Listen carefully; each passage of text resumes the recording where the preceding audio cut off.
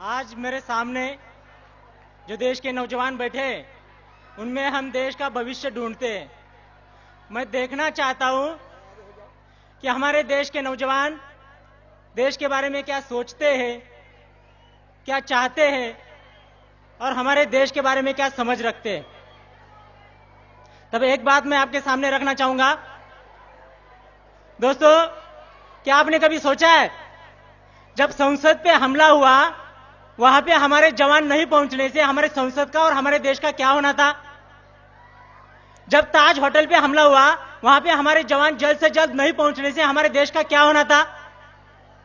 दोस्तों, क्या आपने कभी सोचा है जब पाकिस्तान पैटर्न टैंक लेके हिंदुस्तान के ऊपर आक्रमण कर रहा था, तब हमारा अब्दुल हमीद नाम का जवान अपना सीना चौड़ा करके सरहद की रक्षा कर रहा था और रक्षा करते समय उसने पाकिस्तान के 7 पैटर्न टैंक उड़ाए थे। अगर वही पाकिस्तान के 7 पैटर्न टैंक हिंदुस्तान के अंदर घुसने से हमारे देश का क्या होना था? आपने कभी सोचा है? पाकिस्तान जम्मू कश्मीर के ऊपर आक्रमण करते हुए हमारे श्रीनगर तक पहुंचा था, तब हमारे मेजर सोमनाथ शर्मा ने अपनी सेना के साथ पाकिस्तान की सेना को जम्मू कश्मीर की सरहद के पार खदेड़ दिया था, पाकिस्तान की सेना को सरहद पार भेज दिया था। अगर वही मेजर सोमनाथ शर्मा नहीं होने से क्या आज हमारा जम्मू कश्मीर हमारे देश का हिस्सा होना था?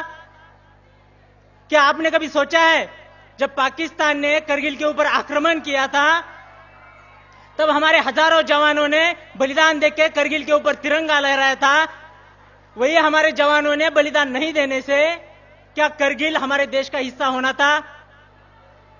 दोस्तों, आपने कभी सोचा है? तब उनके सम्मान में मैं 2 पंक्ति रखना चाहता हूं, 2 पंक्ति कहना चाहता हूं और आपका हौसला तय करेगा, आपका हौसला तय करेगा मैं आगे की बात आपके सामने रखूं या नहीं रखूं। तब मैं 2 पंक्ति रखता हूं।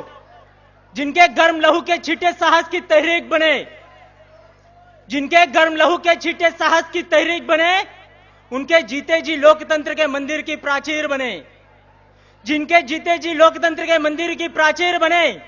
और आज जवानों की कुर्बानी ने भारत का मान रखा, अपनी लाशें बिछा दी उन्होंने, ऊपर हिंदुस्तान रखा।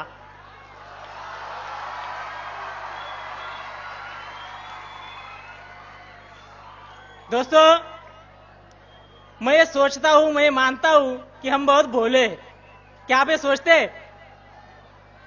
हम बहुत भोले हैं इसलिए कि हम देश को महफूज रखने के लिए, देश की हिफाजत करने के लिए हम आतंकवाद से लड़ते रहे, देश की सुरक्षा करने के लिए हम माओवाद से लड़ते रहे, नक्सलवाद से लड़ते रहे, लेकिन हमें पता ही नहीं चला कि हमारे लिए, देश के लिए सबसे ज्यादा खतरा उन आतंकवादियों से नहीं, उन नक्सलवादियों से नहीं, हमारे देश के लिए सबसे ज्यादा खतरा उन गद्दारों से है, उन देशद्रोहियों से है जो भारत मुर्दाबाद के नारे लगाते हैं, जो हमारे देश में रहते हुए भी तिरंगे को जलाते हैं। कोई बोलता है अफजल हम शर्मिंदा है, तेरे कातिल जिंदा है। बुरा इस बात का नहीं लगता दोस्तों, लेकिन बुरा इस बात का लगता है ऐसी बात करने वालों के पीछे हमारे देश में हजारों लाखों लोग खड़े हो जाते हैं, तब बुरा लगता है।